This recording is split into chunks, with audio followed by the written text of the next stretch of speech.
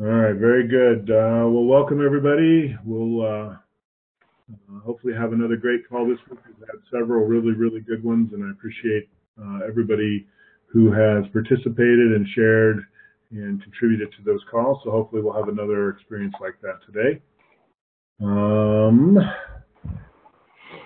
I think most of the people, well, maybe not. I think most of the people on this call actually have not completed their data surveys for last week. So I would ask you, if you haven't, to go back and make sure that you've entered your data for the week of April 2nd, and then start preparing to enter the data for the current week that we're in sometime before Monday morning. It's really helpful to start to see, as I'm getting data reported, kind of where everybody's at and how things are moving forward, and will help us to really understand where we might need some improvement like that. So make sure you take care of those data surveys. With that, let's jump into program wins and challenges. So if anybody on the call has a win or an issue or challenge that they're facing that they'd like to discuss, please share that.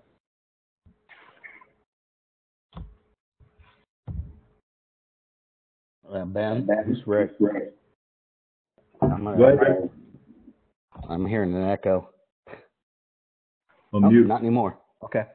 I'll call it a win for my first board meeting yesterday. It went really well, I think, and I enjoyed it. And like I said, it's my first one. It's been slow coming, but I enjoyed it, and I'm looking forward to more.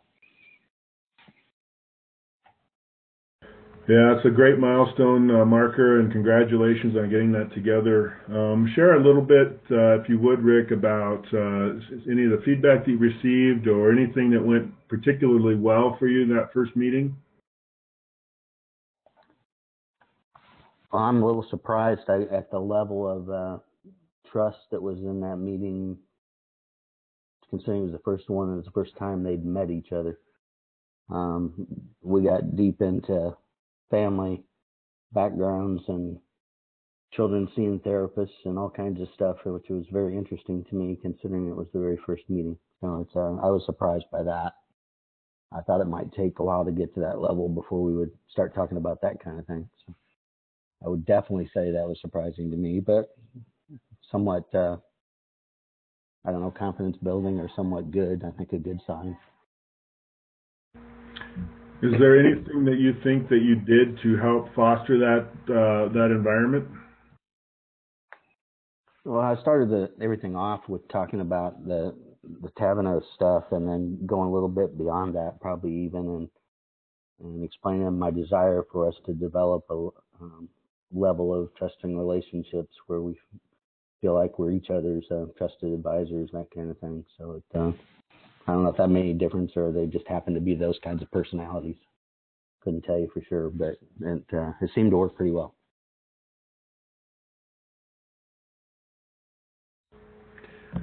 Very good. Well, congratulations again. Does anybody else have any follow-up questions or comments for Rick?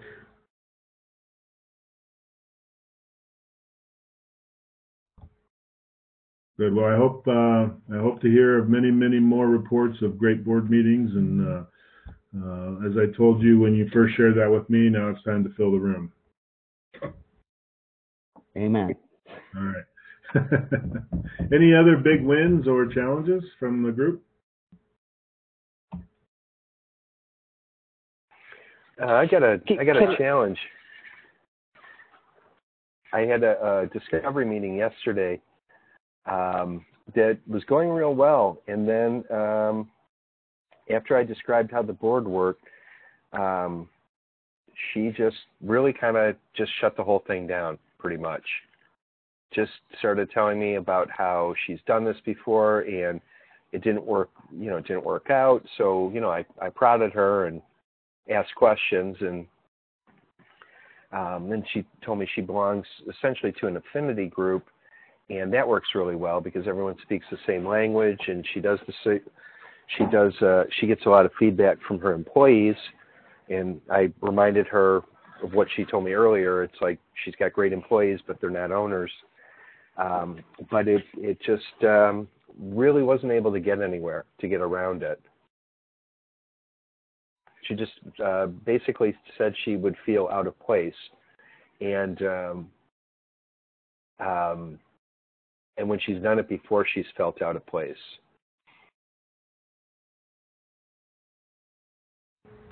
So I'm trying to get her to a round table to kind of get a little flavor for it. But in the meantime, I couldn't even get to the conversation about let's have another meeting. She was just convinced that it wouldn't be a good fit. Okay, Steve, that is an interesting challenge. So I'd be curious to hear if Rick, Mike, or Valerie have any feedback for you, any ideas on what they would do. I mean, I'll ask the obvious question. Did you let her know that coaching only was an option initially? No, we really hadn't even gotten that far. This was right after in the script where we had done the bonding, really kind of hit it off real well. She had told me quite a bit about her company. I told her how a board works, how the coaching works, and I was getting the really kind of leading to the point of, so what issue would you bring to a board of other business owners, none of whom would be in competition with you? And she just kind of jumped right in, and that's where she shut it down.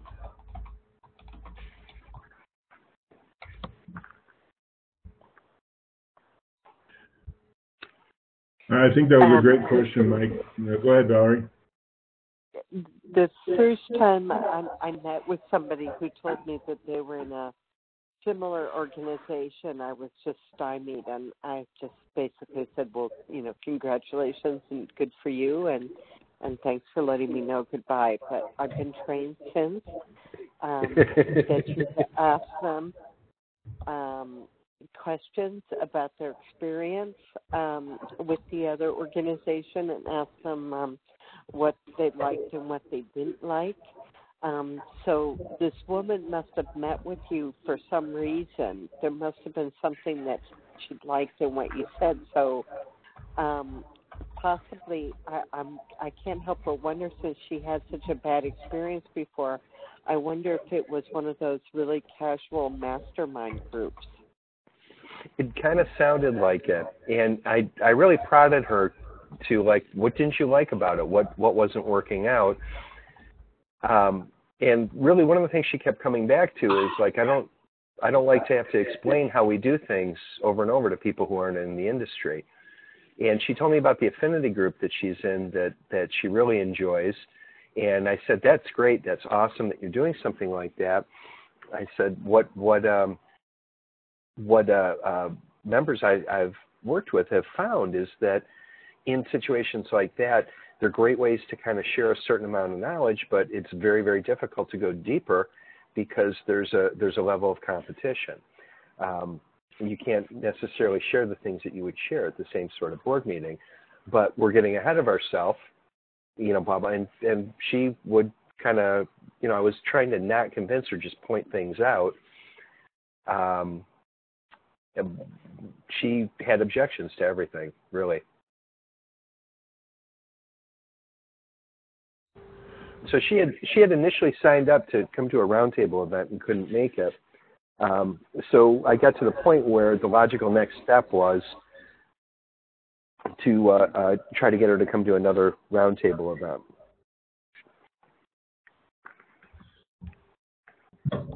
Steve, I think Valerie asked a good question. I'm curious, did you ever ask her why she was willing or why she was interested in meeting with you if she had such a negative view of boards?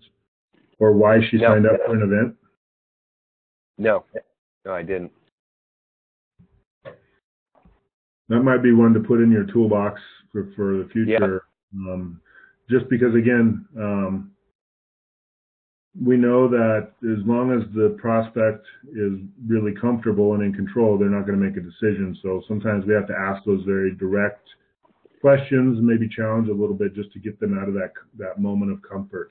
It could just be that that's the easiest way for her to get herself out of a situation where she's concerned she might have to make a buying decision, and so she just shuts it down. And I think there's probably experience, to your point, that she does have with these other groups, but sometimes the prospect just doesn't want to have to make a decision, so they find an excuse. And so I think asking the question is great. I did when she started objecting, I very quickly interjected and said, I didn't come to sign you. I'm not looking. I said, I just came to have a little conversation, tell you about it, and see if it makes sense to get together again. I made it very, very clear that there would not be a buying decision at the end of that conversation.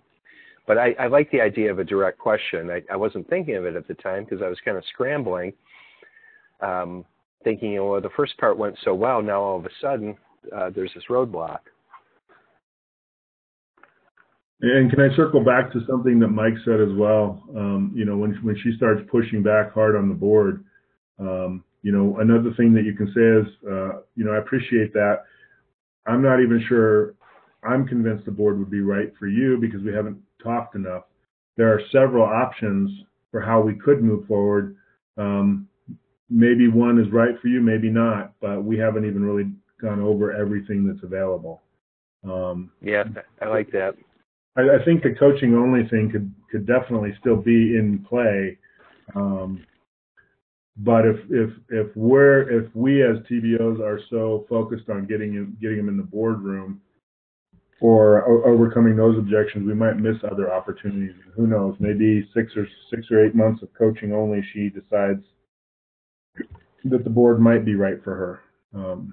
Yeah, I was really trying though just to get it to an RFA. Yeah, I understand.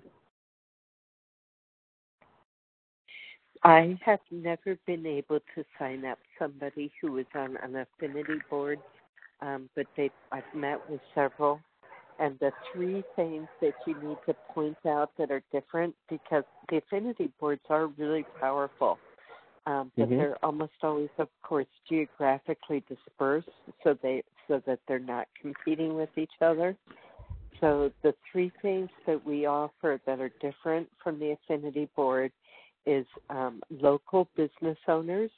So they're going to be meeting with people within their own community and helping to build a stronger business community and building leadership skills with their local colleagues.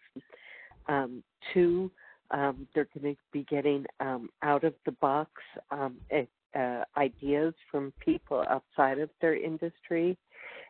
And 3, they're going to be meeting in person, where they're going to be developing relationships and sharing resources that they can't do on an affinity board. So I just some of that I did point out with the affinity board, but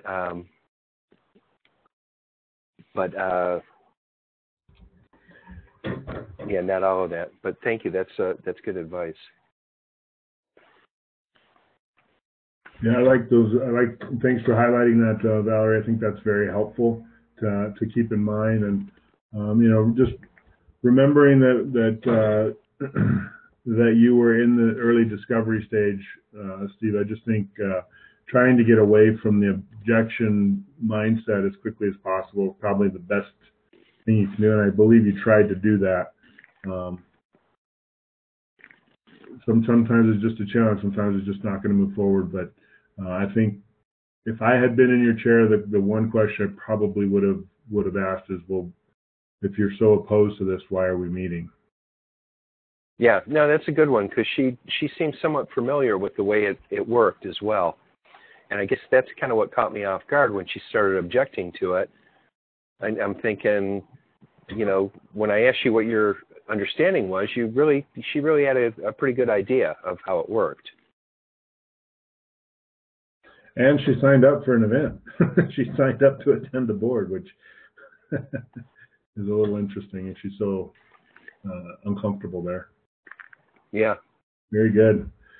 Well, hopefully you can, it might be worth reaching out to her again at some point. You said you're still trying to get her into a sample board, so I don't know that this is a lost thing yet, and you might be able to circle back and see if there's an opportunity for some coaching only.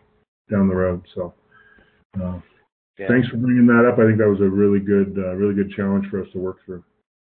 Thanks, group. Any other wins or challenges from the others on the call?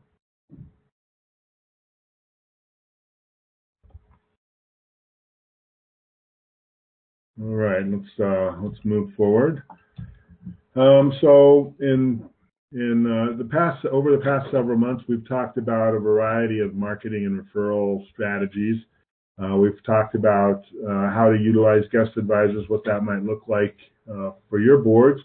We've talked about LinkedIn member connections and how we might be able to leverage the connections our members have in a variety of ways, including but not limited to identifying some targeted referrals. We talked about the board meeting ask and how we can engage our boards in growing and adding value to those boards. We talked about the 90-day plan ask and getting referrals and testimonials from our members. We also talked about strategic partnerships and how those can really benefit our business and help us over time to build a stronger prospecting system, and the value of having referrals compared to doing our own prospecting. So the last thing on our initial list of marketing and referral strategies is to ask our circle of influence, the COI. Now, I'm sure that many of you, as part of your kickoff way back when or whatever it might have occurred, had a circle of influence event where you're inviting family members and friends and other business associates to this festive event just to introduce yourself, introduce your new business, help them to know that you're starting and launching out in a new direction, and helping them to gain an initial understanding of what it is you're doing so that they might be able to help you by identifying referrals that they could provide for you. We often think of the circle of influence as an initial launch tactic, but it's really part of an ongoing long-term strategy that we can employ. So there's a couple of ways that we can do it. First of all, we don't want to come off as multi-level marketing kind of people where we have to meet with all of our friends and see who they know that we could meet with, and we don't want to make it into that. But at the same time, it's really important that we keep those in our circle informed on how things are going with our business, so that they know that we need more help, or that there are more seats open, or that our business is growing and is going really well, and we just want to continue helping additional business. However we frame it, engaging our circle of influence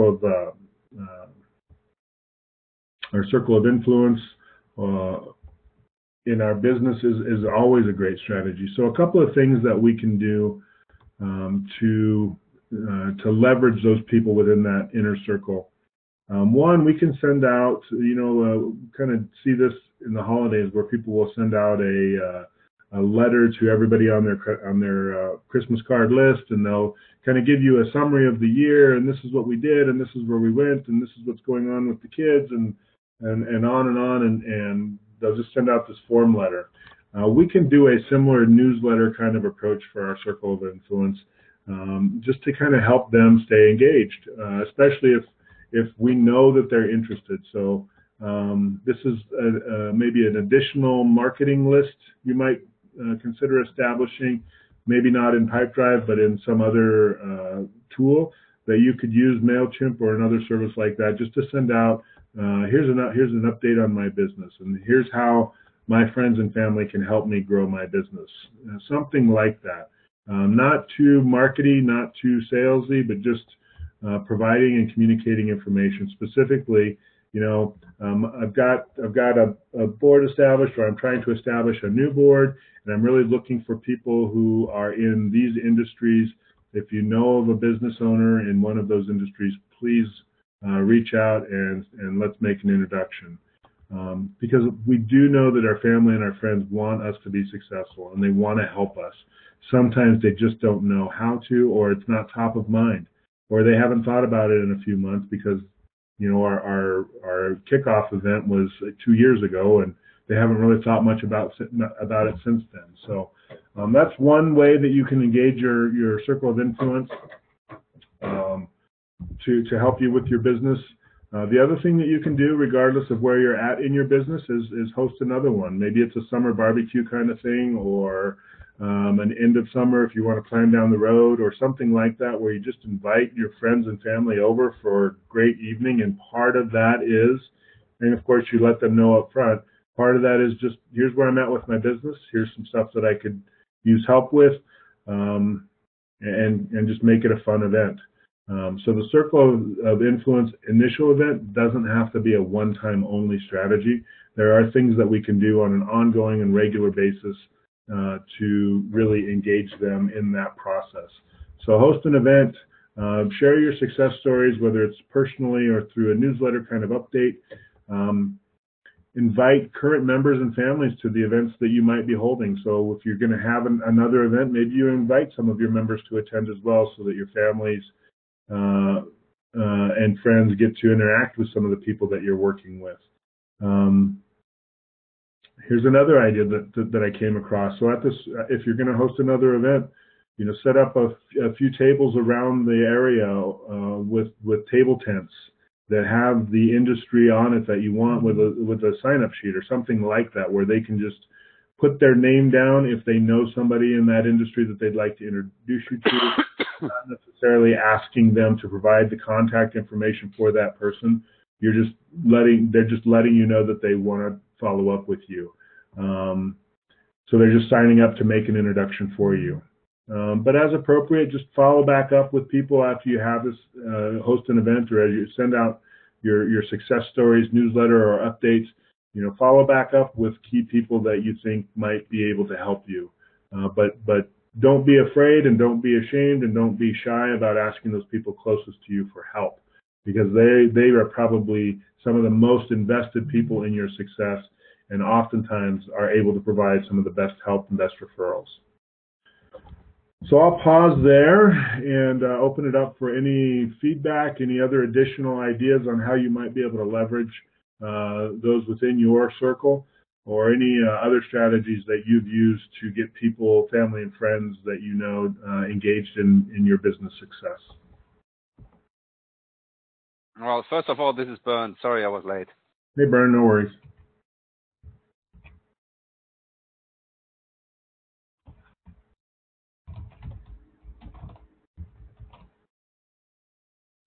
So let me ask a more direct question. Is this a strategy that you could see yourself using going forward? And if so, how you think you would use it?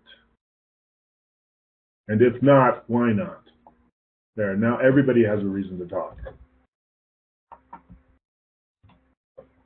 Not needing reasons to talk. So my issue is that I moved from where I did have a circle of influence, and now I'm trying to develop a circle of influence. So to me, it's kind of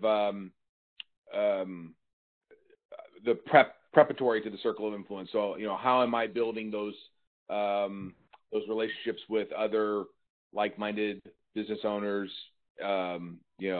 movers and shakers in this community versus the community I used to live in. So it's a double-edged sword for me. I have to actually create that circle of influence again. So I appreciate that, and I definitely understand that. I would say that in that situation, if I were you, Mike, I might consider doing like just a quarterly or semi-annual update to my circle of influence, regardless of where they're at, highlighting that I'm in the Santa Clarita Valley. So if you have any contacts in that area, please let me know. But I would engage my circle regardless of where they're at geographically. Because you just never know. Yeah, that's a great point. I had intuitively I hadn't even thought about doing that because of the geography. But as you were saying that, I was sitting there going, you know what? Everybody has reach, so there may be reach that I don't even know about. Right. Yeah, well, that's good input.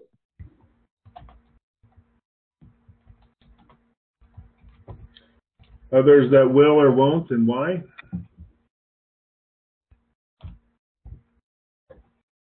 Well, I set my circle to get a ringer.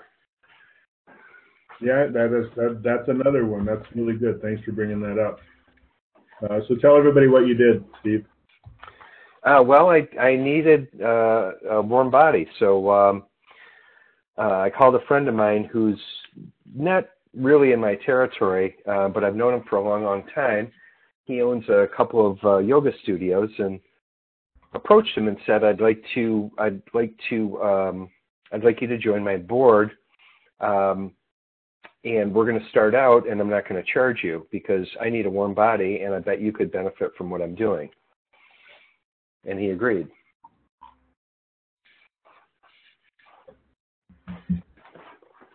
Very good. Yeah, I think that's another great thing to do, especially when you've got a small board and you're trying to grow it and you want to bring in some great value. Who do you know that's in business that you don't necessarily want or see as a prospect, but just you know that they could bring some good value to the group. You know, I think that's a great idea. Who else? What other things could you do with your circle of influence?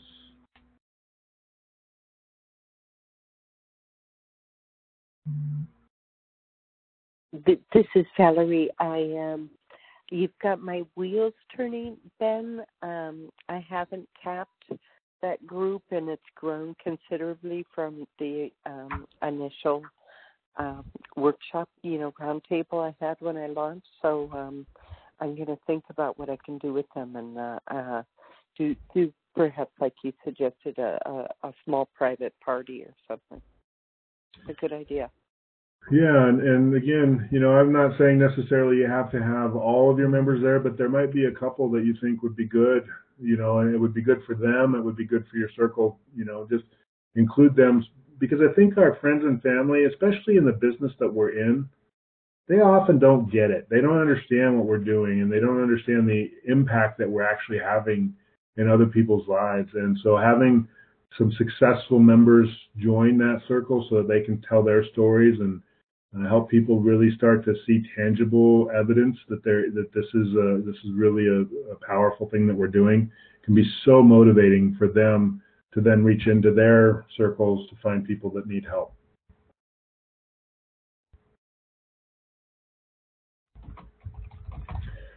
Very good. Well, part of a good integrated marketing membership acquisition program is having multiple tactics that are working in unison to produce the prospects that we need. And there's data that shows that you need to have at least 5 marketing tactics operating at any given time to produce the referral or the prospect opportunities that we need to grow our business. So just look back over what you're doing, the tactics that you're engaged with actively, and make sure that you've got enough going on that you'll consistently be able to produce prospects towards new membership. And if there are things that you think you need to expand into or other opportunities you need to explore, by all means, those are the conversations I'd love to have with you, and we can definitely figure out the most effective way to get some of these things going. But I just also want to encourage you to always be in that self-evaluative kind of mindset, always looking at what and how you're doing things. If your business is humming along and you're consistently adding members, retaining members, your business is growing, it's really healthy, then keep doing what you're doing. But if you're struggling to add members or find prospects, or if you have retention challenges, don't just let those things happen. Dig into the why and try to understand what's going on that's causing these things so that you can take corrective action. And that's where having an objective third party, as we know, it's what we tell our members, right? You need a coach because the coach can help you work through and identify the right actions to move forward.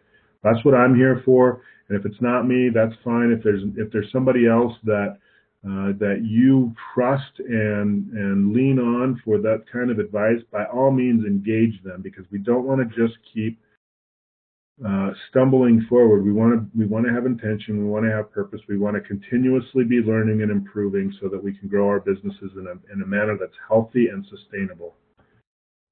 So take a look at your marketing system, take a look at the tactics that you're using and how they're working together to produce the prospects that you need. And if you're not getting the throughput that you need to get new prospects, let's really dig into why and what other options there might be for you. So for those that are online, you can see that there were 6 topics that I wanted to cover through this program, and we've hit on all 6. So what will happen is we'll cycle back through now and begin at the top of the list. So the next time we have this conversation, we'll revisit the idea of guest advisors and how we can use that strategy to move prospects to membership, and what are some of the challenges that come along with having those guest advisors in our boardroom. Any final thoughts on the marketing and referral strategies that we've talked about over the last few months?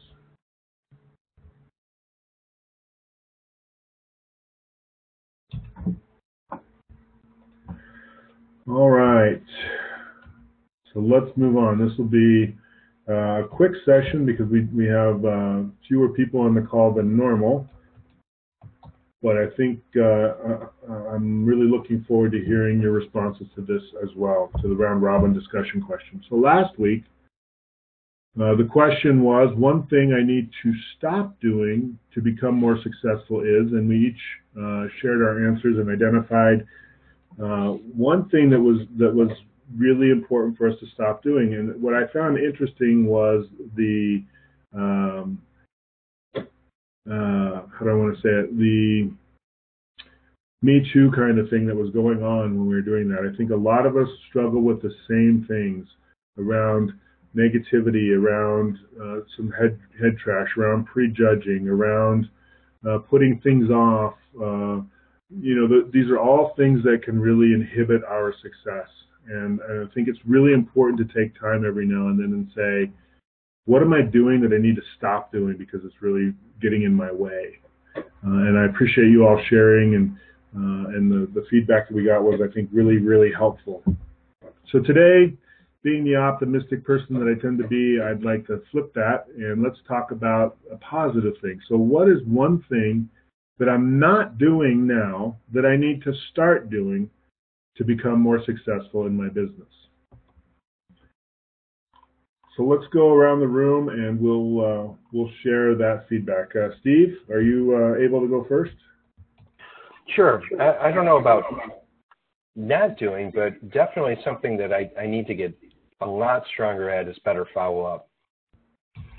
Just having the right cadence, having the right follow-up, being persistent, keeping track of everybody I need to follow up with, and actually doing it. Yeah, Steve, I think you share that with the majority of the TBOs that I'm talking to and interacting with. The challenge around managing follow-up, in addition to member management and board facilitation and all the other things that we have to do. I like the term that you use, getting the right cadence. I think that's really powerful. Do you mean with prospects follow-up or just with members? Or? Well, I don't have too many members, so yeah, prospect.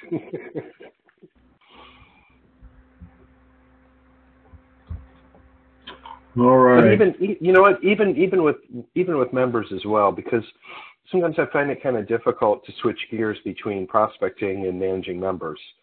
It's a juggling act, and I get really focused on one and realize I'm kind of neglecting the other.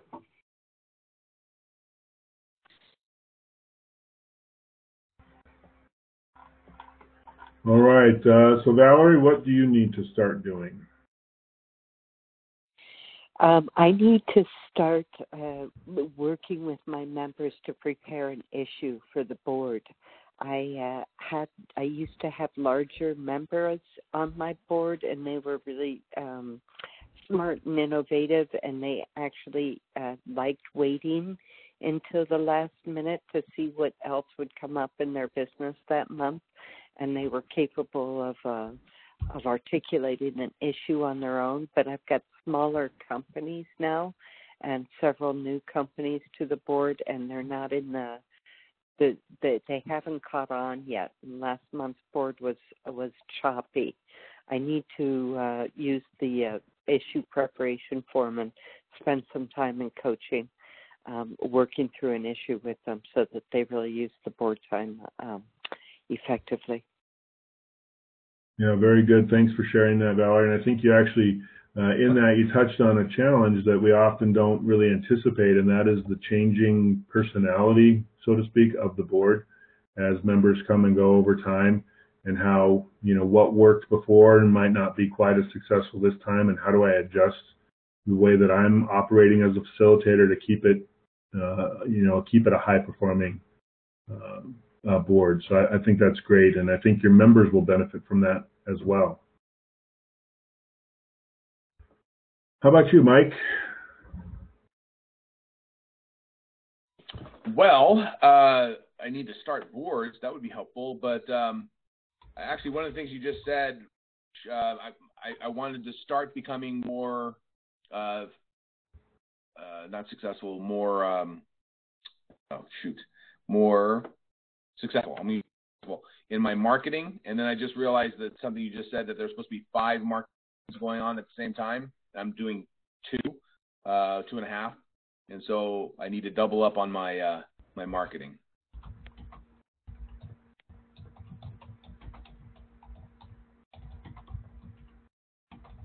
Very good, thank you. It's always validating for me to hear that somebody's actually listening to what I say.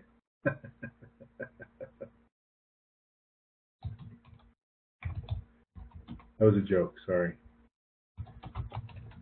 All right. We always listen. We were laughing, but we were in mute. Yeah, exactly. How about you, Rick? Huh? All right, sorry. That was uncalled for. I'm listening. That's funny. What I originally wrote down, and I don't want this to sound snarky or anything, but I put down have more and better conversations.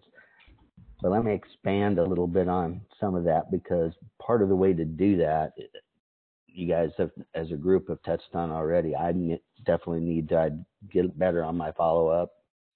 And I also need to, I'm doing a number of marketing techniques. I'm sure if you count them all, they count at least 5. But I'm not doing them consistently every week, all 5. I'm struggling with finding enough time to get them all done, I think, or at least I think I'm struggling with that. So I hate to sound like I'm chiming in with everybody, but I kind of am in a way. Yeah, thanks, Rick. And I think that word that Steve mentioned earlier really resonates with what you just said, and that's finding a good cadence for how things are working together. Yep. Yeah, totally agree. Very good. How about you, Bernd?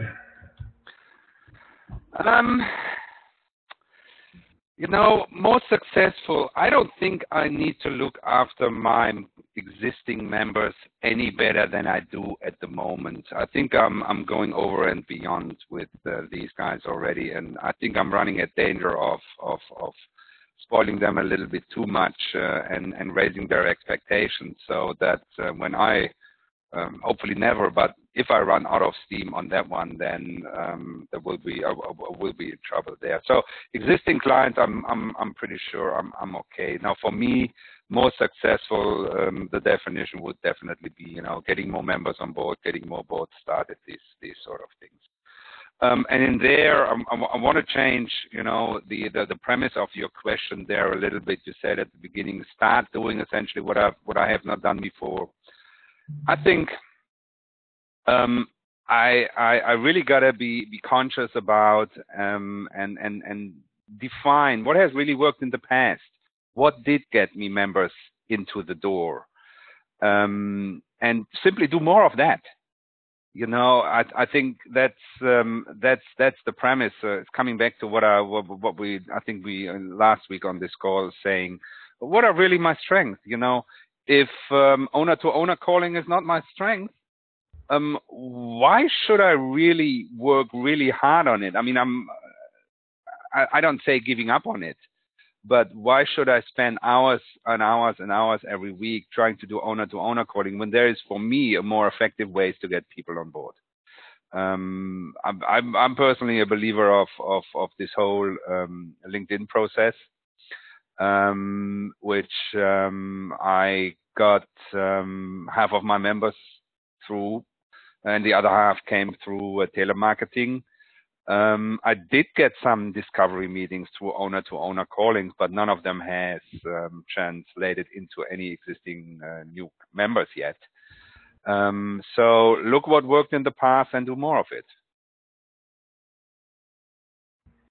Very good. I think that's very wise, and I think as you're looking at what has worked in the past, also recognizing that occasionally we need to modify what worked before slightly based on what's going on today and in current environment.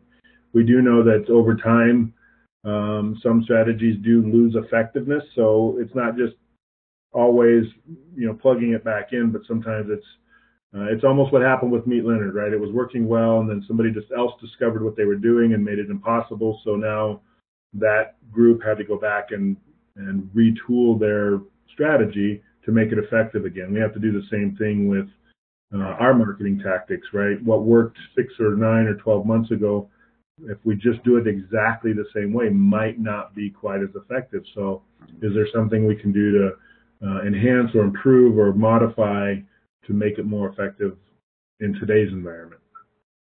Right. Excellent. Well, thank you all for sharing. I heard again some consistency, some me too in there. I think that's always helpful because in this business, sometimes we can feel like we're, no pun intended, Valerie, we're on an island and isolated from everybody else. And this gives us the ability to realize that we're not in this alone, first of all. We're not the only ones struggling through some of these challenges. We're not the only one trying to figure out the right mix. We're not the only one having challenges with managing our time and our schedules. We're not the only ones that occasionally don't follow up as well as we should. We're not the only ones who had trouble pulling together our first board. There's just so much relief sometimes in just knowing that there's a community of people that are going through much of the same of what I'm going through. So I appreciate you all sharing and being willing to share with these questions. I hope to have another question at our next meeting to kind of challenge us all to think together. All right, moving forward, a quick update about our next meeting. As I think I've talked to almost all of you, next week is just one of those weeks. I'm not going to be able to have any coaching meetings next week, and I'm also not going to be able to host the next level program group coaching call that we're on right now next week. So the meeting on April 19th is going to be canceled. So our next call will be on Thursday, April 26th. I'll send out the cancellation for next week only, and just make a mental note that we'll be back on track on April 26th. Also, with the challenges next week, the owner-to-owner sprint call sessions are in jeopardy from having the opening and closing. So I would still hope that regardless of whether we have those formal sessions, that we still continue to do owner-to-owner calling. But I'm not going to be able to facilitate the opening or the wrap-up on Tuesday and Wednesday next week.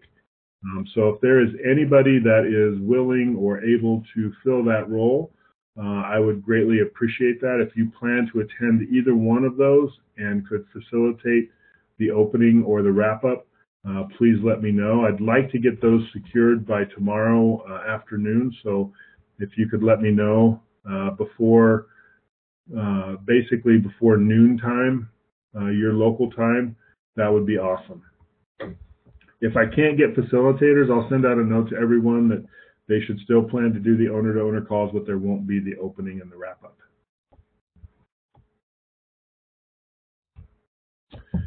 All right, with that, we've gone through the main part of the agenda, and now it's a rare occurrence, but we have time for open discussion. If there are any other topics that you all would like to discuss, any other questions you might have for each other. This is a great time to learn from one another and get some feedback on something you might be facing or a question you might have. So are there any open discussion topics that anybody would like to bring to the table? Ben, I got one. This is Rick. Go ahead, Rick. It's kind of for Burnt and anybody else, I guess, who's done it. But now that the Meet Leonard thing is kind of on hold, what are you using for LinkedIn or finding? Have you found an alternative, or are you just waiting on them, or how is that going? Well, they just last Sunday, they released a new version 4.0, which apparently has taken care of the challenges they encountered when LinkedIn got really proactive and was trying to lock them out. So as far as I understand, we're good to go with Meet Leonard, but also I have signed up for the LinkedIn campaigning through Tab. And in the cost is that Tab actually sending out the meeting requests. So at the moment, the first 2 weeks, Karen, who is the one who's working with me on this one, she's just sending out meeting requests.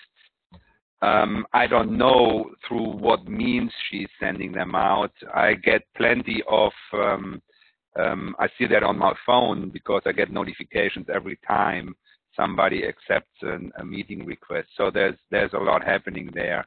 I don't know if she's using any automation, but I would think, in fact, I'm waiting for Kara or for Karen to call me back. I have a few other questions, and I will clarify that. But I believe, given the frequency I get acceptance notifications, there are a fair bit of requests going out. And I mean, as a human being, I think she can only handle that by using some sort of automation. There are others out there. Meet Leonard is not the only one, but I would assume that when LinkedIn we're trying to stop this practice of using automated connection requests. They not only did it for Leonard, but there's another one called DuckSoup. I don't know if you heard about those. They do something very similar, if not exactly the same.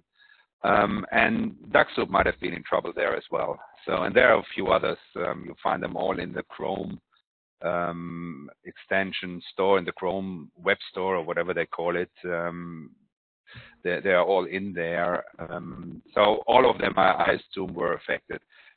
This is where I stand at the moment. A comment a little bit outside of your question I have to make is, interestingly enough, I get a lot of connection requests either from my private contacts or from contacts essentially from my previous life, which I am wondering about. How can that be? Because I never put them into Pipedrive. They are not in my G Suite /Gmail/contacts, at least the tab Gmail content in there. So how can that be?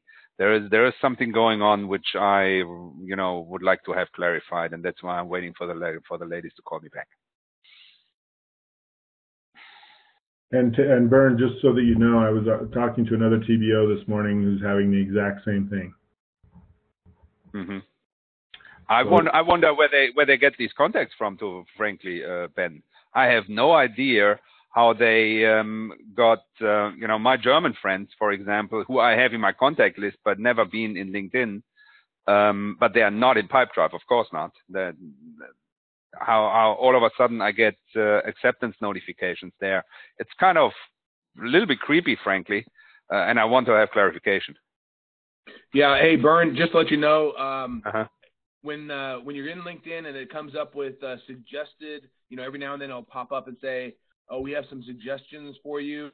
There's a person, it's like, we recommend these people, and then you hit that, or you say skip, and then it goes to the next page, and the next page says, are some contacts we recommend that you add. That contact list is coming out of your computer. The LinkedIn is reaching into your contact list on your computer and pulling up that list. And it's weird but true kind of conversation. I actually ended up having a contact that was a former girlfriend of mine who I was not talking to, and now she's a contact in LinkedIn. And I was like, how the hell did that happen? So it's taking your personal contact list off of your computer and saying, how about these people? So that essentially means that list was uploaded, but has been kind of laid dormant in the background because it had to be uploaded because Karen is working with a different computer. Obviously, I'm here in Virginia. She is in Denver, right? So she's working with a different computer. So it is not a real-time access they have to my computer and whatever contact list I have on my computer. So at some point in time, this list was uploaded to LinkedIn, was dormant in the background, and by just activating the function you just mentioned, it was pulled in the foreground, and all of a sudden they're sending out all these connection requests to people. And frankly, there's a reason why I ignored it in the past, because there are some people in there I don't want to connect on LinkedIn, period. Yeah. And, I can see how that is awkward, to say the least, with your ex-girlfriend. Hello? I have nothing. Did somebody go quiet on that one? Yeah, Bernd, I'm laughing on mute, okay? I'm laughing on mute. Oh, my goodness. Instead of LOL, we're LOM. Yes. Yeah.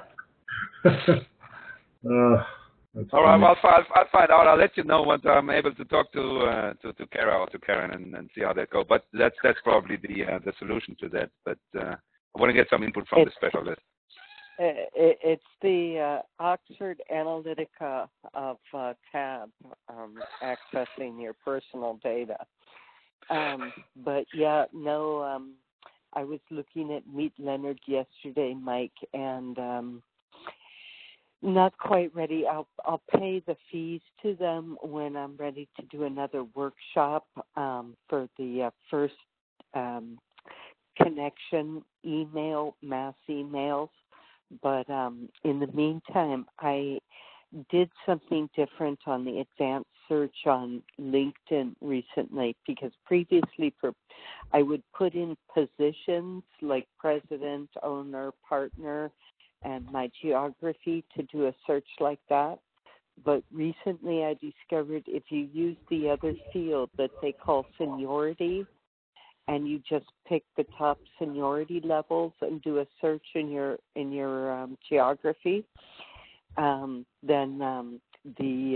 I got a lot more results. So anyway, I've got my virtual assistant working on connecting me to hundreds of new people, so that I can develop more first connections, and then I'll pay Meet Leonard.